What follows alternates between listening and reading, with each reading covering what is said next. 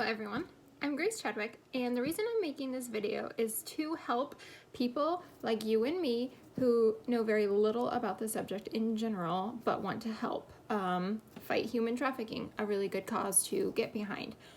I've been interested and passionate about this for years, passionate in that I've read about it, I've done a lot of research about it, but I've never known what I could actually do without, quitting my job, moving somewhere, and starting a nonprofit.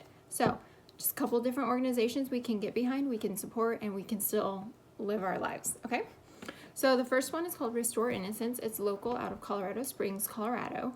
What they do is they collect goods and things from people like me. We'll send in different items that are on this list, ages 2 to 18, I believe. And what they do is they distribute these bags filled with these new goods to different agencies, law enforcement agencies throughout the United States. They do the FBI, local police departments, Homeland Security, even Border Patrol, State Patrol, different organizations like that.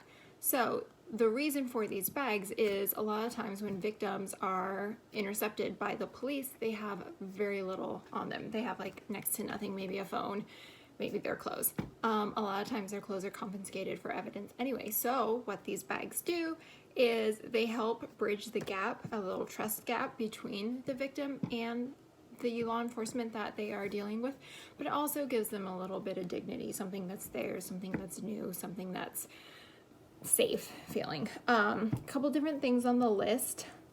Now this list is 2 to 4, so that gives you an idea of how young these people can be, these children can be, that are trafficked sexually.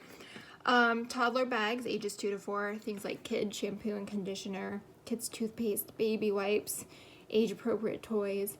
They said a really big hit is superhero items. They feel safe with them.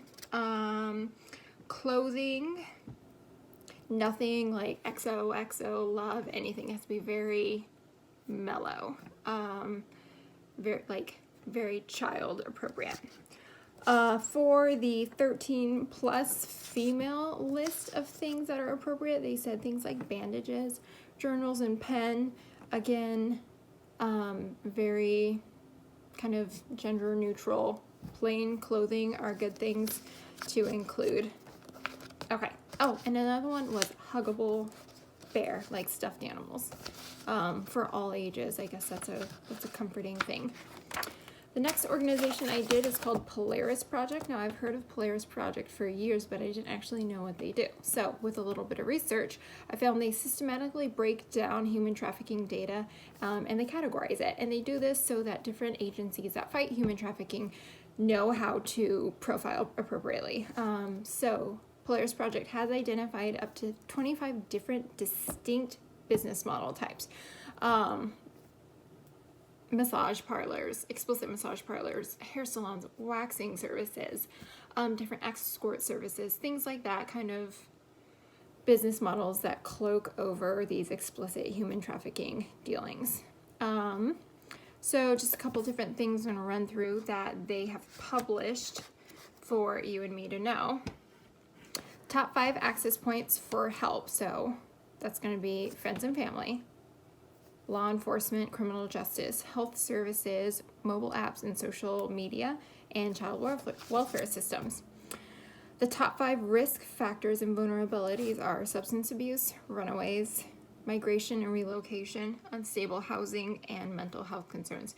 Now with the COVID-19 pandemic, actually the amount of sex trafficking, especially in children, because of unstable housing circumstances, has really skyrocketed. It's very sad.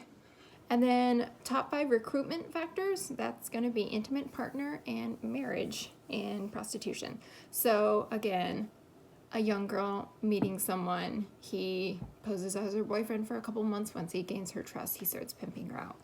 Familial, which very unfortunately has been the largest uptick in human trafficking. Job offers, posing as a benefactor, and false promises or fraud. So those are all just different things we can be aware of when trying to recognize human trafficking. So how can we help Polaris Project? Well, how can we help any of these organizations? One of the number one things is to donate, okay? They can always use our money. Another way is we can like host a fundraising event. We can host a 5K or a marathon or, you know, some sort of event showing like a video they've sponsored or something. Or you can always partner with them. Also, another thing is that at any given point, there is bipartisan legislation fighting against human trafficking. This is a bipartisan issue. It's not one party particular. Everyone wants to end this. Everyone wants to stop this. So there's always legislation being pushed that you can sponsor, you can support, you can share, you can petition for. So these are just really simple ways that we can help. I personally am going to start doing a Restore Innocence bag quarterly for different age groups, and I would love if some of you wanted to join me with that. Thank you.